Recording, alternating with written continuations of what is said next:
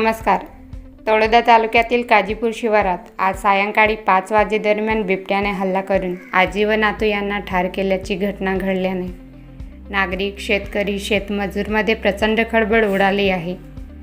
सदर बिबट्याचा वन विभागाने बंदोबस्त करावा अशी मागणी होत आहे.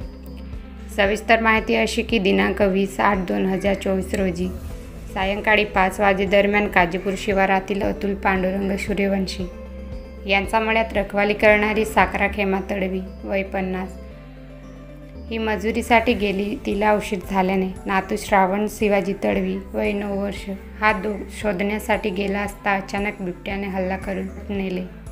त्याचा आवाज आजीला आल्याने आजी त्याच्या मागे धावली. तिच्यावर देखील बिबट्याने हल्ला करून तिच्या छातीचा भाग बिबट्याने फस्त केला.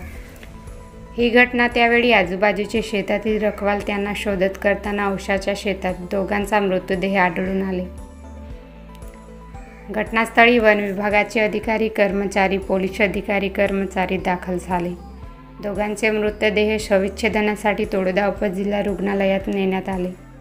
आठवडापूर्वी चिनोदा येथे देखील बिबट्याच्या हल्ल्यात एक बालक मृत्यू झाल्याची घटना ताजी असताना परत बिबट्या हल्ल्यात 2 जणांचा बळी गेला आहे. आता तरी वन विभाग बिबट्याचा जेरबंद करेल का अशी चर्चा सुरू असताना या ठिकाणी रात्री उशिरापर्यंत कारवाई करत त्या बिबट्याला जेरबंद केले गेले असल्याचे सांगण्यात आले आहे. NDB 24 न्यूजसाठी प्रतिनिधी अजित पवार.